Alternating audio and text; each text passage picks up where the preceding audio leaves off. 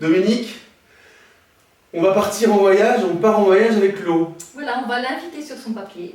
Alors j'aime bien quand tu dis ça, On va l'inviter sur le papier. On maîtrise pas tout en fait. Hein. Ah, on maîtrise pas tout, c'est un voyage fabuleux parce qu'il faut être en corrélation avec le tempo du voyage de l'eau, de la couleur qu'on a envie de mettre et des sentiments qu'on a envie de donner dans son travail. Il faut aligner tout ça, vous allez voir, c'est pas simple. C'est pas simple, mais bon, avec des petits exercices ludiques, voilà, on peut arriver à comprendre ce qui se passe dans l'eau, à donner vie à un sujet en développant un véritable toucher de l'eau. Et le challenge, là, dans cet exercice, c'est de faire passer ça à travers des vidéos. Parce qu'il y a quand même une forte instantanéité de tout ce qu'on vit là, dans ce voyage de l'eau. Oui, mais il y a moyen de décomposer les étapes. Bon, tout est prêt, de toute façon Dominique ne laisse rien au hasard, vous allez voir. Elle se laisse soi-disant guider par l'eau, mais... C'est une liberté éduquée. Une liberté sous contrôle, c'est ça, voilà, surveillée. Exactement. Liberté surveillée. On y va Dominique, on attaque. Merci. On y va Dominique, le voyage démarre. Voilà, avant toute chose, oui. Il faut penser à la couleur qu'on va employer. Donc sur ma palette, les couleurs sont sèches. Oui. Donc si je veux travailler dans l'humide, c'est trop sec, je vais aller mettre de la couleur sortie du tube, donc de la couleur pâteuse. Et je recharge mes espaces choisis de couleurs. Donc je prends le jaune Winsor, je prends le bleu Winsor vert. Voilà, j'ai fait ce choix de couleurs primaires. Généreusement, on remplit les espaces. Voilà. Donc, ce qui me permettra à la fois d'avoir des couleurs pâteuses, c'est-à-dire sorties du tube, des couleurs crémeuses, c'est-à-dire dans laquelle je vais rajouter un peu d'eau. Et c'est ça, pâteuse et crémeuse. Voilà, c'est ça la différence entre crémeux et pâteux. Et c'est pas gâché si tu en as trop mis. Ah non, pas du tout. Hein. Super, la couleur. Voilà. Là, tu as mis la dose. Hein. Ah, oui, quand on travaille grand format, il ne faut pas avoir peur de mettre de la matière. Okay, ça va. La douceur, ce n'est pas la fadeur. D'accord. Voilà.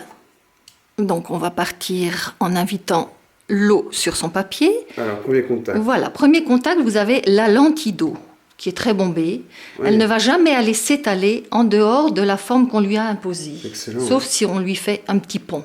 D'accord. Voilà. Donc, il faut savoir que dans cette goutte d'eau, au fur et à mesure qu'elle va sécher, donc s'évaporer, il y a plein d'interventions possibles. Donc, il faut jouer avec ça et jouer pour se rendre compte de toutes les étapes du voyage de l'eau. Voilà. Alors là, tu nous montres comment tu joues. Voilà. Ça pour plus de compréhension, je vais colorer cette eau. Voilà, je vais prendre... C'est un exercice que tu proposes de faire. Hein. Voilà, c'est un exercice que vous pouvez faire pour vraiment bien comprendre ce qui se passe. Donc, je mets une belle quantité d'eau. Voilà. Une belle quantité d'eau. Vous avez ici la lentille d'eau qu'on vous a montrée tout à l'heure. Si j'étale cette lentille, voilà, j'aurai différents degrés d'humidité. Vous voyez ici, on commence à voir que l'eau entre dans le grain du papier. Donc, le papier était sec, hein, on voilà, n'a pas dit, ici, ça c'est important. Voilà, le papier était sec. Oui, voilà. Donc vous avez la lentille d'eau qui ne va pas s'étaler en dehors de la forme qu'on lui a imposée. Après, vous avez une surface miroir. Pensez que vous pouvez vous mirer dedans. Voilà, donc... C'est plus une lentille, mais c'est une surface miroir.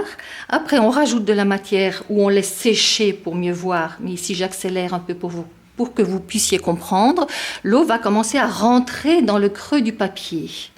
Donc, tout doucement, tout ça, ça se fait dans un laps de temps. Après, le papier, voilà. À un moment donné, le papier ne va plus briller. Voilà. Et puis après, le papier, voilà. Je simule le cycle de l'eau. Vous avez la lentille, vous avez la surface miroir, vous avez la surface brillante, vous avez la surface mi-mat, mat frais, mat sec, et alors là, c'est terminé. Donc, à chaque fois que vous entrez dans ces phases d'humidité, différentes interventions sont possibles. Ici, vous voyez, je mouille mon pinceau, je vais aller mettre une goutte d'eau, ici, rien ne va se passer, et au fur et à mesure que le papier va sécher, vous allez vous rendre compte que votre dessin va apparaître. Voilà, tout ça, on va faire un petit exercice pour que vous vous rendiez compte, voilà, de toutes les étapes possibles dans ce voyage de l'eau. Alors, voilà. On démarre le voyage, il y a plein d'étapes dans ce voyage.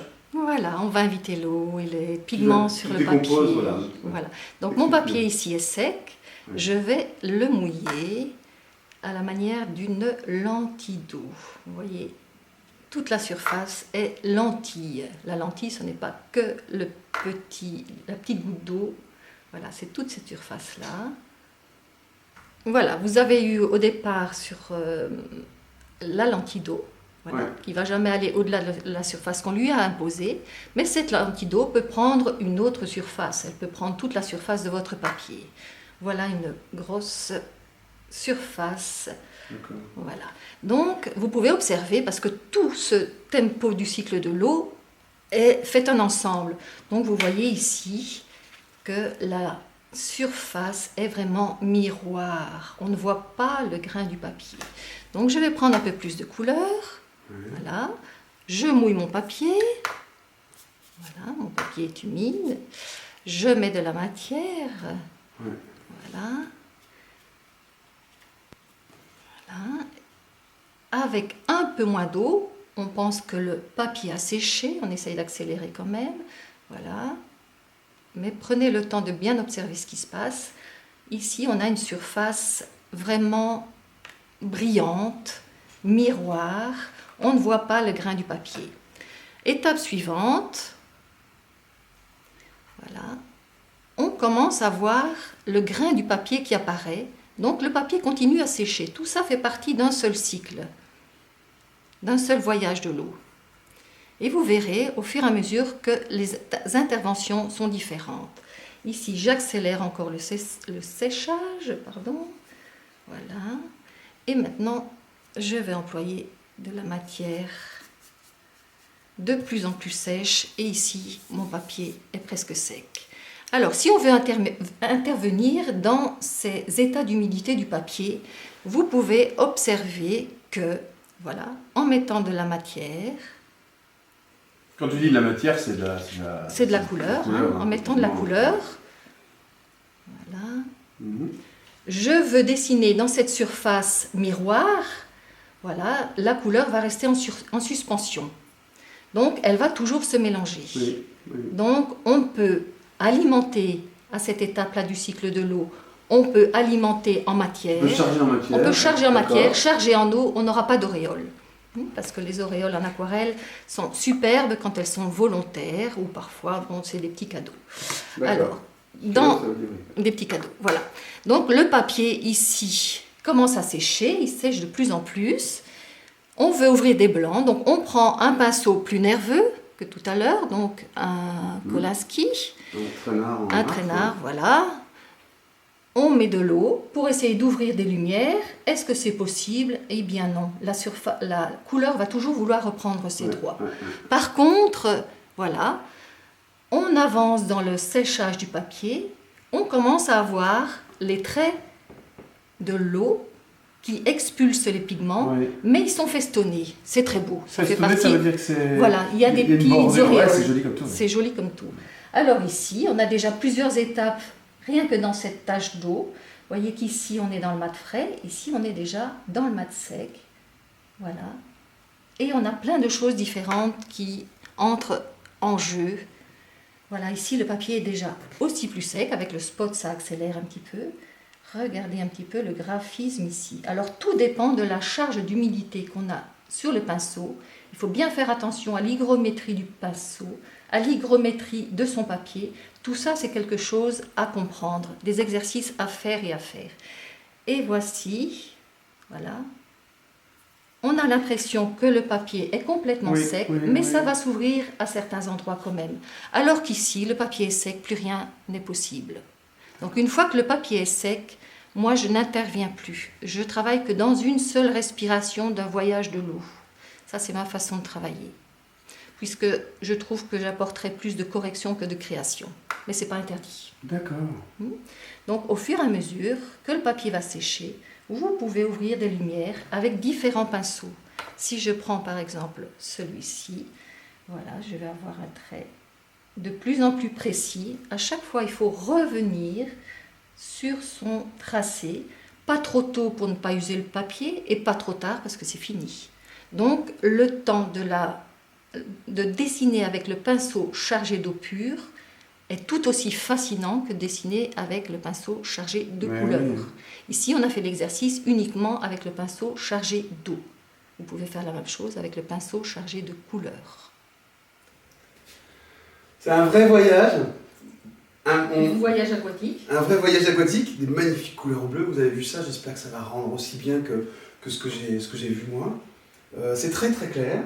On ne voit pas encore comment on va appliquer ça dans une au fur et à mesure personnelle. Je vous emmènerai. Mais c'est très clair, on a bien détaillé chaque étape. L'important, c'est bien d'observer. C'est observer ce que vous faites. Observer. À chaque fois, se dire où on en est, et comment on interagit, etc. Voilà. Mais c'est vrai que ça n'a pas l'air si simple. On a l'impression qu'il faut penser à plein de trucs. C'est un peu comme quand tu apprends à faire du vélo, tu te dis j'arriverai jamais parce que il faut être partout en même temps. Ouais. Il faut tout gérer. Parce que là, il y a le papier, il y a le pigment, il y a le pinceau, il y a l'eau, il y a tout ça. Les couleurs. Et les couleurs, oui, et la matière, et les pâtes, et les trucs. Et surtout, le voyage de l'eau, le séchage du papier. Il faut surtout être très patient, à la fois très rapide et très patient. Ça s'apprend. Oui, j'ai un doute pour moi, mais non mais ça marche. Non mais c'est très très clair. Faites cet exercice-là, observez les interactions, re-regardez la vidéo. Faites-vous plaisir. Et en voilà encore une. Faites-vous plaisir, n'oubliez surtout pas ça, il n'y a pas de contrainte là-dedans, il n'y a pas de challenge. Il n'y a que des petites échelles à grimper pour se faire de plus en plus plaisir. Et on va grimper tous ces échelles avec des musiques. Voilà.